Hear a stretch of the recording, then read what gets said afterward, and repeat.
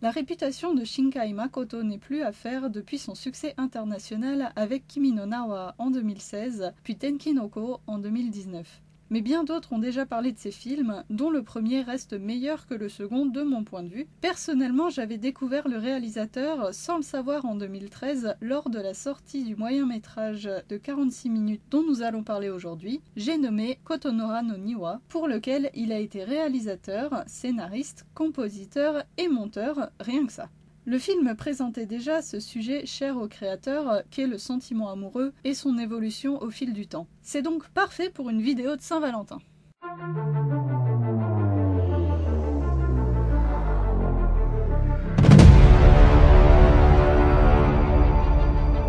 Dès le début, et comme à l'habitude de Shinkai, le film nous offre des images sublimes, un travail de lumière superbe et une animation aux petits oignons, surmontée de la voix du narrateur et personnage principal, Akizuki Takao. Un lycéen de 15 ans dont le rêve est de devenir cordonnier et qui a pour habitude de marcher sous la pluie pour se sortir du tumulte de la vie citadine.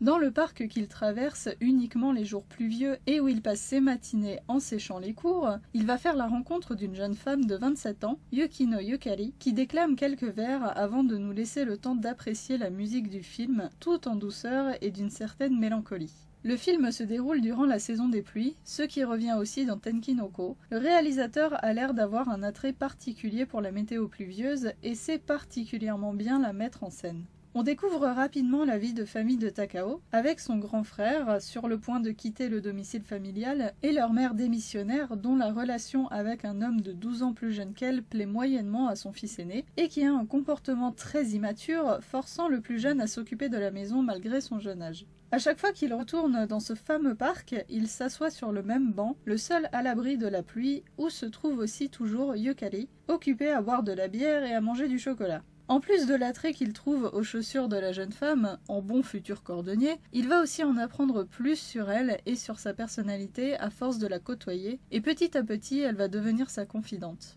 Cette femme un peu plus âgée représente pour lui un monde adulte qui lui est encore inconnu, mais qui le sort de sa vie d'adolescent ballotté entre le lycée qu'il sèche régulièrement, la maison dont il est responsable par défaut, son job pour tenter de se payer ses futures études de cordonnier, tout un tas de problèmes qu'il peut laisser derrière lui le temps d'une matinée pluvieuse aux côtés de Yukari.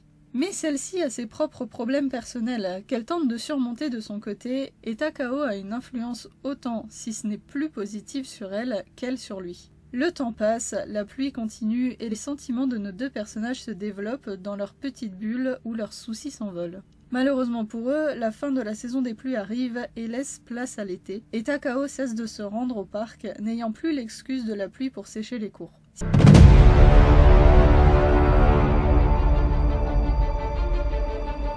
Si Takao semble aller de l'avant et tente de créer une paire de chaussures qui plairait à sa confidente avant d'aller la retrouver, cette séparation a plutôt l'air de faire régresser Yukari, la plongeant à nouveau dans une mélancolie qui la rend apathique, jusqu'à ce qu'elle en perde même le sens du goût. On apprend qu'elle était professeure de littérature dans le lycée de Takao, mais qu'elle a fini par démissionner à cause de harcèlement de la part d'élèves, des jeunes filles de dernière année. Cette révélation perturbe beaucoup le jeune homme, qui va vouloir la venger, s'attirant par la même occasion des problèmes avec ses fameux élèves. Après 2 mois sans se voir, Takao et Yukari finissent par se revoir au parc, et à ce moment éclate un gros orage pluvieux, comme une réponse du temps lui-même qui se serait retenu jusqu'à leur retrouvaille.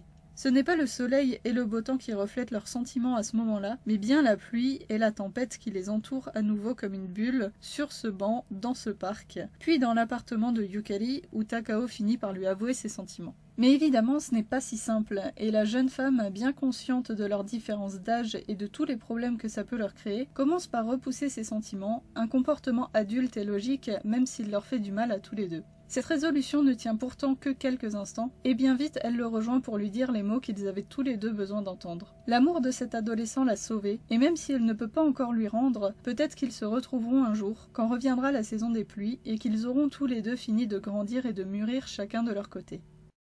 Kotonoha no Niwa, c'est une histoire d'amour un peu hors norme, qui laisse un goût d'inachevé mais d'espoir aussi. Il y a des sentiments complexes que les personnages doivent apprendre à gérer pour grandir ou pour guérir. C'est un premier amour pour l'un et un amour réparateur pour l'autre. Le film est assez contemplatif et sensoriel, le scénario est simple mais la mise en scène le rend fort. Et la scène finale, mêlant la pluie qui caractérise le couple et le soleil qui perce les nuages pour leur permettre d'aller de l'avant, même si c'est chacun de leur côté, est très belle et rend très bien cette sensation mêlant tristesse, joie et soulagement que doivent ressentir les personnages. C'est un petit film original et beau qui a tous les marqueurs qu'on connaît déjà du réalisateur avec ses derniers films. Alors si vous les avez aimés, n'hésitez pas à regarder celui-là. En attendant peut-être une prochaine réalisation de Shinkai Makoto, prenez soin de vous et au plaisir de vous retrouver dans un autre coin de la chaîne.